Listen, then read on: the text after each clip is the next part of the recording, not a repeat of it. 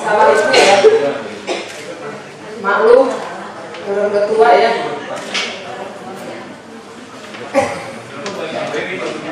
Yang B dibagi 4. Jumlah dibagi 4. Seluruhnya dijumlah. Terus dibagi 4 yang B. Yang A seluruhnya dijumlah dibagi 12. Yang C semua dijumlah dibagi 13.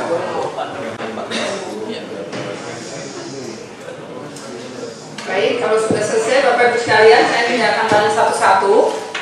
Kita lanjut saja. Sudah? Gini, gaya pengasuhan itu nggak ada yang sepenuhnya jelek, sepenuhnya buruk gitu tuh nggak ada. Tapi ada resiko kan begitu. Punya resiko, masing-masing punya resiko. Nah, dari beberapa penelitian yang ada, yang sifatnya longitudinal dari awal diikuti terus, kira-kira gaya pengasuhan mana yang relatif resikonya lebih kecil? Relatif lebih kecil, bukan berarti sama sekali tidak ada resiko. Yaitu yang otoritatif. Jadi kalau Bapak Ibu hasilnya punya kecenderungan otoritatif dibandingkan yang dua lainnya, berarti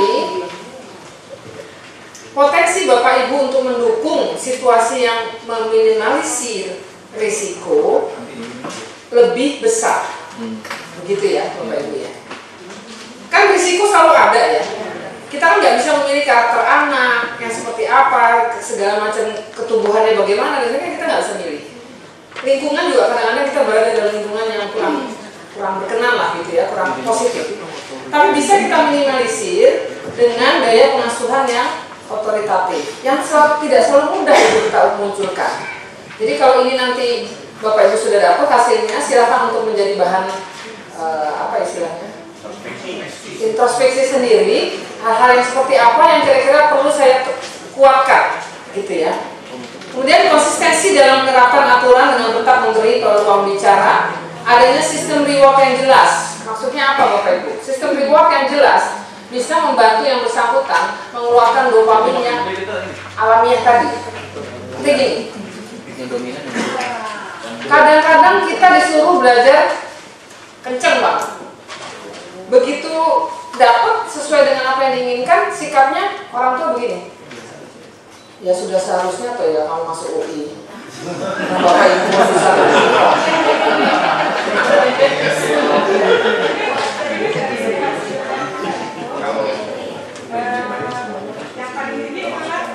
Yang ada kecenderungannya. Iya.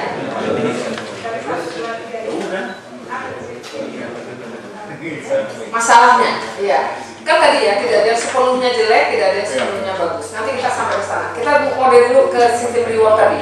Jadi kalau Bapak ini, gimana caranya supaya anak senang belajar? Ya tentu saja harus diciptakan supaya senang belajar by themselves, kan gitu. Bukan demi sesuatu orang yang berasal dari luar. Tetapi tentu memunculkannya tentu tidak mudah. Karena kalau dia sudah memikirkan bahwa saya bagus nilainya untuk bisa menyenangkan orang tua saya, ya hanya sampai situ.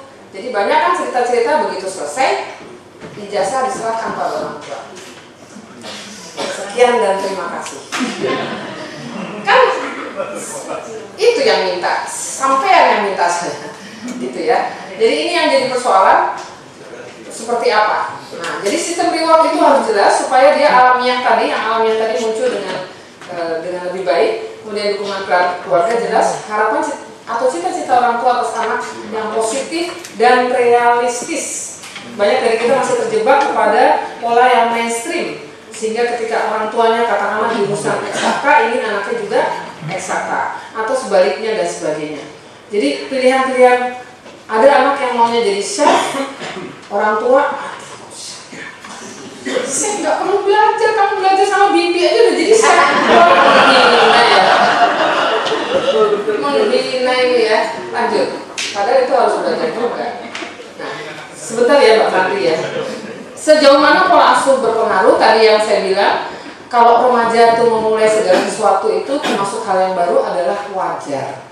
Tapi prevalensinya atau kejadiannya untuk muncul mencoba yang baru atau progresivitasnya, kalau dia tadi yang tadinya hanya coba-coba supaya tidak lanjut kepada ketergantungan, itu sangat dipengaruhi, bisa diminimalisasi oleh kualitas hubungan kita dengan anak. Nah ini jadi bukan hal yang mutlak, oh saya udah bagus sama anak juga dekat sama saya, berarti risikonya nol, nggak ada ya risiko nol.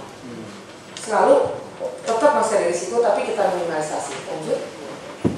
Ini dia pertanyaannya Mbak Fandi.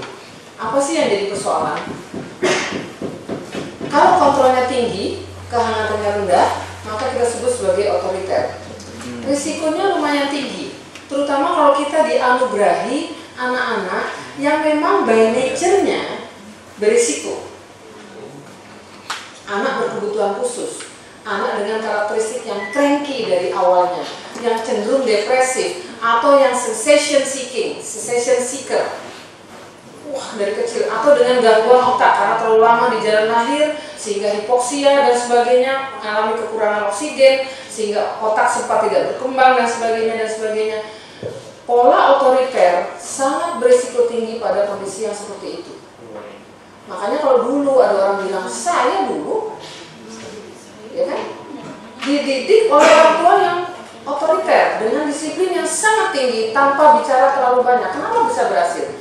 Faktor risikonya zaman dulu tidak sebanyak zaman sekarang. Itu persoalannya.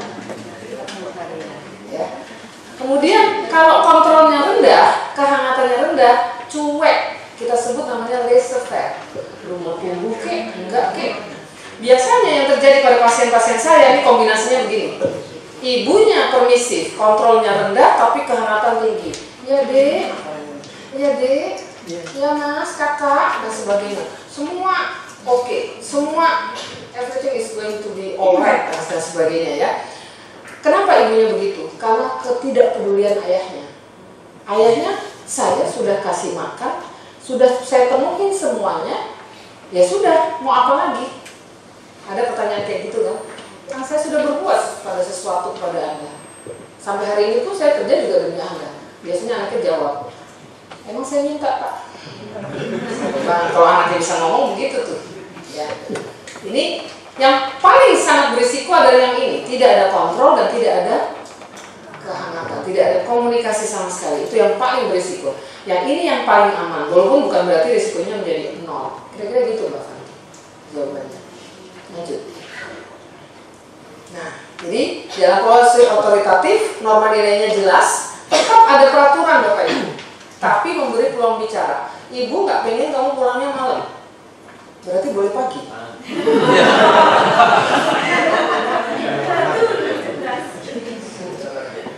Ada keberatan kalau kamu ibu bilang jangan pulang lebih dari jam 10 malam? Ya Allah, malu dong anak laki, masa disuruh pulang jam 10? Emang teman-teman ngomong apa? Tetap ditanya Bapak Ibu.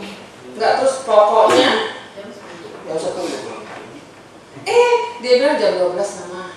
Oke, jam 12. Jam 2. Terus gimana dong kalau pulang jam 2?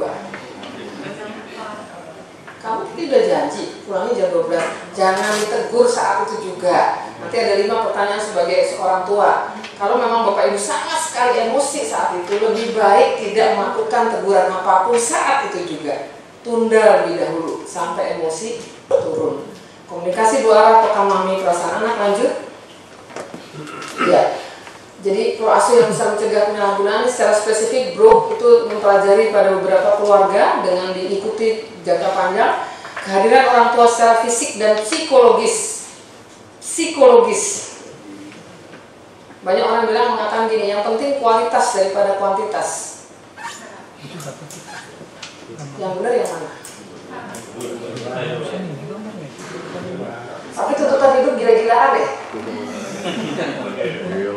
Nggak cukup ya buat bayar listrik. Jadi gimana dong? Kalau Anda Bapak Ibu sekalian punya waktu sangat terbatas, hadirlah secara ini kan ada nih. Kita cari ibu yang lain gitu.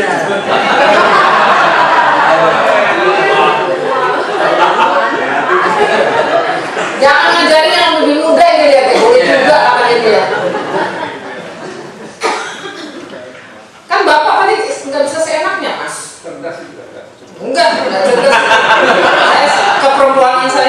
Iya. Kalau memang kita waktunya terbatas, maka secara psikologis Bapak Ibu hadirlah saat itu juga. Kalau secara psikologis artinya apa? Bapak Ibu tidak hanya menunggu berita baik daripada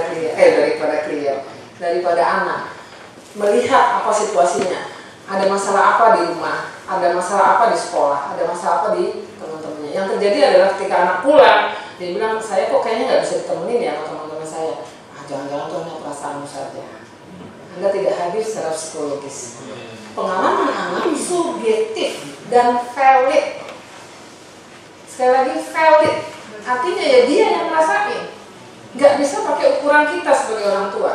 Kalau Bapak Ibu ingin supaya dekat, ya hadirlah secara psikologis, mencoba berada dalam posisi dia. Maka yang paling penting adalah, kenapa sampai kamu punya pikiran seperti itu? Ditanyakan dengan pertanyaan terbuka, bukan dengan pertanyaan tertutup. Kamu udah benar-benar tuh nyari teman-teman lain. Jangan-jangan teman kamu ini sebenarnya nggak apa-apa, tuh hanya perasaan kamu saja. Kamu sebenarnya suka nggak sama dia? Jadi jawabannya semua ya tidak, ya tidak. Ada hanya hadir secara fisik tapi tidak secara psikologis. Enak bener ngomongnya kita ya. Kenyataannya susah itu. Kemudian kualitas afeksi dan hubungan orang tua anak yang tidak mengandung konflik, ini tentu saja. Tidak seluruhnya dalam kehidupan kita dengan anak, kita pasti setuju sepenuhnya dengan apa yang dilakukan oleh anak. Maka apa yang harus dilakukan? Nah, kita lanjutkan kepada yang satu ini. Oh, belum nih. Oh, ini sedikit lagi. Ini sekarang faktor pelindung dari sisi lingkungan. Teman dengan hobi positif dan kondusif. Kalau Bapak Ibu cari sekarang, mana ada pramuka komunitas, sudah nggak ada lagi. Adanya pramuka di sekolah. Siapa pembinanya? Guru. Padahal guru adalah orang yang paling terakhir dicari untuk mengadukan masalah. Ini dari survei.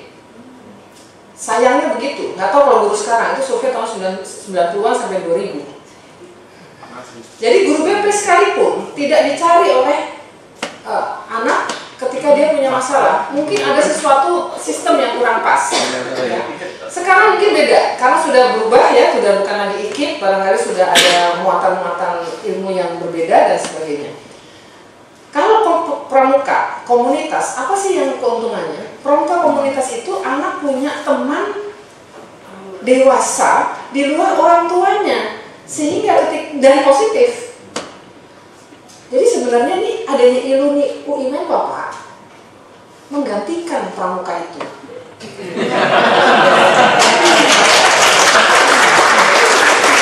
Karena yang masih muda-muda ini seperti komandan dan kawan-kawannya ini punya alternatif mengganti orang tua. Bisa melihat kalau orang tua lagi suntuk sama orang tuanya, bisa ke Mas Pak Bowo harusnya ya. Kalau dibilang Mas Bowo terus repot ini. Ke Ibu Fandri kayak gitu ya. Jadi ada figur seperti itu. Sayangnya di komunitas ini tidak terjadi. Dan cara kita, sistem belajar kita juga membuat kita yang penting lulus cepat, kerja cepat, dan sebagainya. Maka Bapak Ibu yang sudah umur-umur, yang udah di atas 30-an, yang sudah mulai punya anak buah, bisa merasakan bedanya anak lulusan sekarang dengan lulusan dulu. Lulusan sekarang udah lulus di S2. Berapa umurnya? 23, 24 S2. Kita nggak anak dulu deh. Kayaknya kita mau sekolah lagi S2 susah bener itu ya. Tepat sekali, nggak punya duit.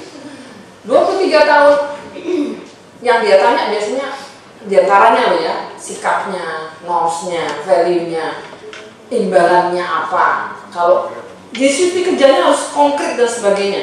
Jadi semuanya itu rasa itu jarang dipakai. Ya, karena itu tadi otak kiri saja, otak kanannya nggak jalan. Di sini ada ahli otak kiri dan otak kanan ya, Pak Susanto itu. Kemudian suasana tempat tinggal yang ramah buat anak. Terus terang teman-teman yang berada di Jakarta dan sekitarnya, kita memang sulit menemui yang seperti ini. Coba berapa banyak punya, tapi lumayan juga. Nanti saya dibilang kampanye lagi nih. Iya deh. Tapi itulah salah satu bentuk. Lepas dari siapapun deh, gak usah di Jakarta deh, di Bandung aja deh, biar aman. Sekarang sudah mulai banyak taman-taman publik, sehingga alternatif orang tua untuk membawa anak bukan lagi ke mall, ke sana. Ini juga menjadi ramah dengan anak. Juga yang tidak ada pedofilia dan sebagainya. Kemudian lingkungan sosial, sekolah lingkungan yang bebas bullying. Jangan Bapak Ibu paksakan anak masuk ke sekolah, walaupun favorit sekalipun, kalau bullyingnya kenceng. Anda akan kehilangan anak selama-lamanya nanti. Benar? Kalau sudah luka, trauma dan sebagainya, nariknya lagi sulit, nanti mesti ke Master Susanto, kok. Belum tentu dia sedia setiap saat. Ya, walaupun bisa. Kemudian tersedia sarana prasarana bermain aktif tentu saja, dan kegiatan waktu luang yang terstruktur. Waktu luang yang terstruktur artinya di sekitar itu, ya itu tadi antara lain, kalau Karang Taruna kira-kira ada nggak waktu kegiatan terstrukturnya? Nggak ada ya. Sekarang udah nggak ada. Banyak yang sudah nggak ada. Jadi orang tua zaman sekarang memang lanjut. Ini beberapa pertanyaan pengasuh, kita coba ya. Nah, ini dia. Apakah kita selaku orang tua mampu berkomunikasi dengan tenang dan jelas kalau anak mempunyai masalah? Jadi sebelum bicara, pilih dulu waktu yang terbaik. Tunda. Kalau kelihatan dia baru pulang, disuruh pulang jam 12, pulang jam 2. Pulang jam 2, pulang jam 4. Sekalian aja nggak usah pulang. Kayaknya pernah ya.